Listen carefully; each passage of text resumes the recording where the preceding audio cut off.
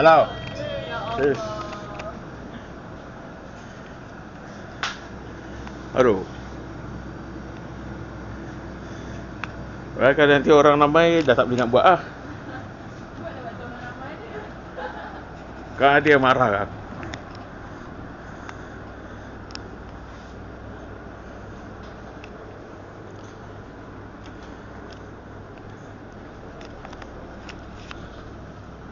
Ya, tunjuk sikit apa yang buat dia.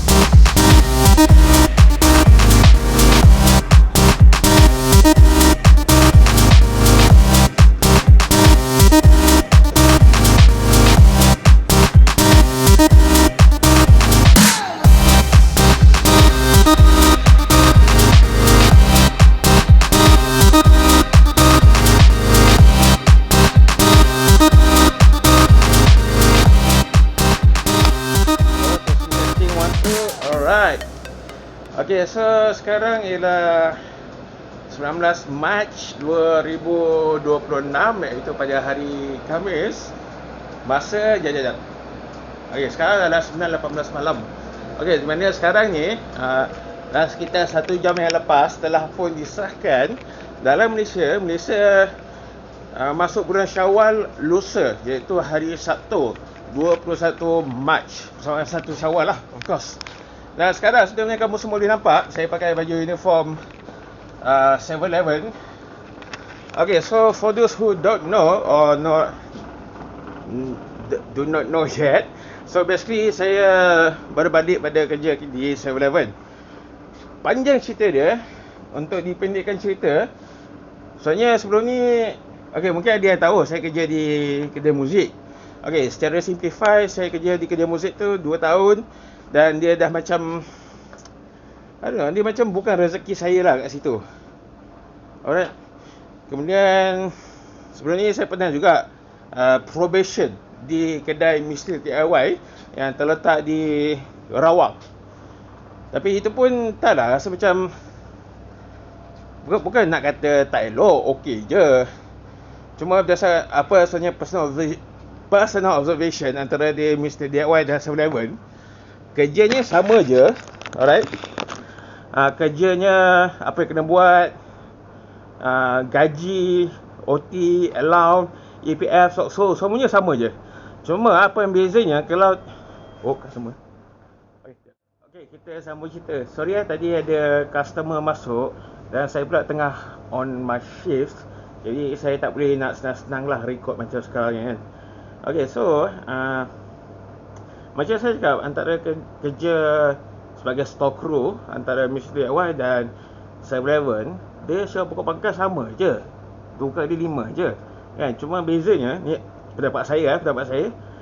Okay, kalau di Mr. DIY dan 7-Eleven, setiap satu branch atau outlet Mr. DIY tu, dia punya size tu 8 kali ganda lebih besar dari 7-Eleven punya size macam sekarang saya kerja. So basically, apa yang saya boleh kata, kalau kerja di Mr. DIY, dia akan jadi 8 kali ganda lebih penat daripada kerja di standard kedai runcit 7-Eleven ni. Okay, disclaimer, saya bukan nak attack sesiapa apa, cuma saya hanya sekadar beritahu personal observation. Alright, so itu aja. Saya kerja di hari-hari terakhir bulan puasa, standard lah kan. Kerja di kedai runcit, dan kedai runcit ni pun bukannya macam saya sendiri punya. Kalau saya sendiri punya, saya dah kata tutup cuti seminggu kan. Tapi dah, ni syarikat besar, international franchise business kan.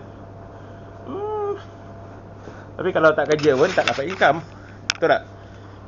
Dan sekarang ni kebiasaannya, kalau kat tempat yang store yang saya kerja ni, by time 9.30 macam sekarang ni, dia sepatutnya dah penuh tau, ramai orang. Tapi ya, malam raya kosong. Tengok, nampak tak? Well,